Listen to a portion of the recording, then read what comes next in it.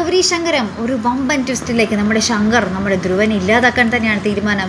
ഇതിൻ്റെയൊക്കെ ഇവർ രണ്ടുപേരുടെയും ആ ഒരു എന്താ പറയുക, ആദർശിൻ്റെയും ഗൗരിയുടെയും ആ ഒരു വകവരത്തലിന് പിന്നിൽ നമ്മുടെ ധ്രുവനാണെന്നുള്ളൊരു കാര്യം 100% ഉറപ്പായി. അപ്പം നമ്മുടെ വേണിയും ശ്യാംസാറും കൂടി നമ്മുടെ DYSPയെ കാണാനൊക്കെ പോകുന്നുണ്ടെങ്കിലും DYSP പറയുന്നുണ്ട് 25 കോടി ബാങ്കിനെ പറ്റിച്ച് കടന്നു കളഞ്ഞപ്പോൾ ഈ ഒരു കുറ്റബോധമൊന്നും ഉണ്ടായിരുന്നില്ലേ എന്നൊക്കെ ചോദിച്ച് ഭയങ്കരമായിട്ട് കളിയാക്കുന്നുണ്ട് നമ്മുടെ വേണീനെയൊക്കെ.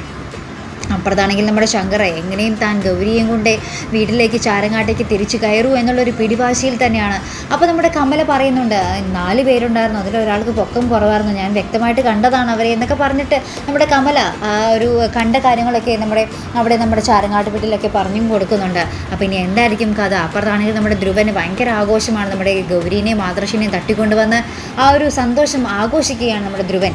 ഇനി എങ്ങനെയൊക്കെ ആയിരിക്കും കഥ വഴിമാറാൻ പോകുന്നത്? നമ്മുടെ ശങ്കരൻ നമ്മുടെ ഗൗരിയെ രക്ഷിക്കാൻ സാധിക്കുമോ? കണ്ടു തന്നെ അറിയാം. അപ്പോൾ ഇതുപോലുള്ള പ്രൊമോ റിവ്യൂസിനും എപ്പിസോഡ് റിവ്യൂസിനും ഒക്കെ നിങ്ങൾ മറക്കാത്ത ചാനൽ സബ്സ്ക്രൈബ് ചെയ്യുക. അടുത്തൊരു വീഡിയോയുമായി വരുന്നത് വരയ്ക്കും ഗുഡ് ബൈ.